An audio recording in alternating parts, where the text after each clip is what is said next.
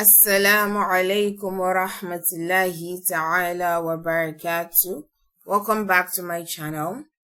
As you can see on the screen, we have another question, and this is an SAT style question where we're going to be determining the value of 10x in terms of m. So from the screen, you can see that our question is, if m minus 2 equals x over 5, what is the value of 10x in terms of m? So what they're asking us to do is to make 10x the subject of formula. So we're going to start by working on our equation and rewriting the equation we're given, which is m minus 2 equals x over 5.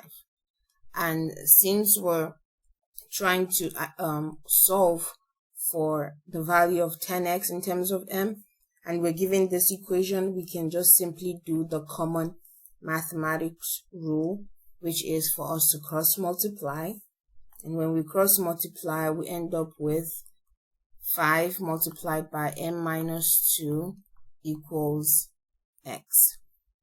Now, to do this, what we end up with is x equals, when we expand 5 multiplied by m minus 2 in bracket, we get 5m minus 10. Now, our question did not tell us to determine the value of x, hence we're not done. So although this question seems fairly easy, there will be many students who make the mistake of stopping here, even if the answer is not in the option, and then they're wondering, oh my god, why isn't my answer correct? What is going on? There's nothing going on except that you did not look at the problem correctly. We're not asked to solve for 10x, we're not asked to solve for x, we're actually asked to solve for 10x. And what is the difference between x and 10x? The difference is that 10x is 10 multiplied by x.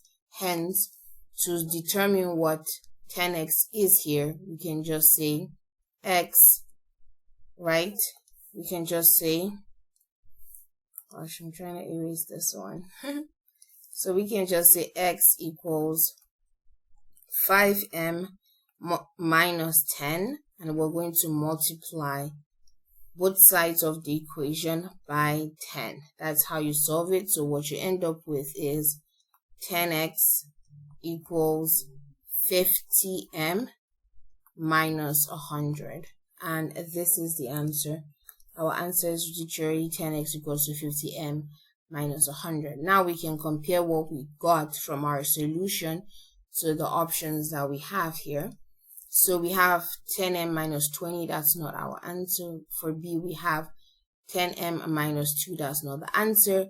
For number 3, we have 50m minus 100, so that looks like our answer. And D, we have 50m minus 2. Of course, we can't have two answers, and this isn't even the answer, so D is wrong. So our answer is actually C, 50m minus 100.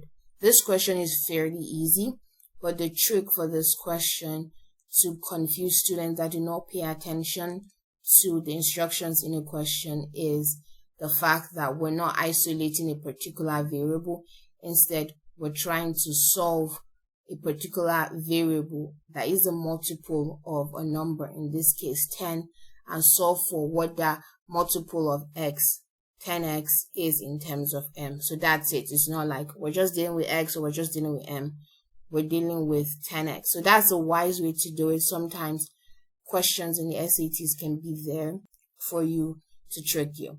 So if you like this video, make sure you hit the like button. If you do choose to subscribe, make sure you hit the notification bell.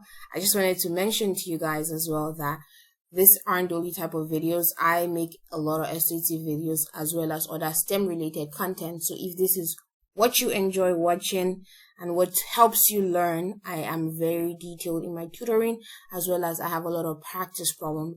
And guess what? Coming soon, there is going to be a main video with different tips and tricks and strategies in order for you to pass the SAT exam very, very well. And I look forward to seeing you guys on there. And make sure you continue watching this series, because this is one of the questions in the series. But I wish you guys all the very best. Assalamu alaikum wa rahmatullahi wa barakatuh.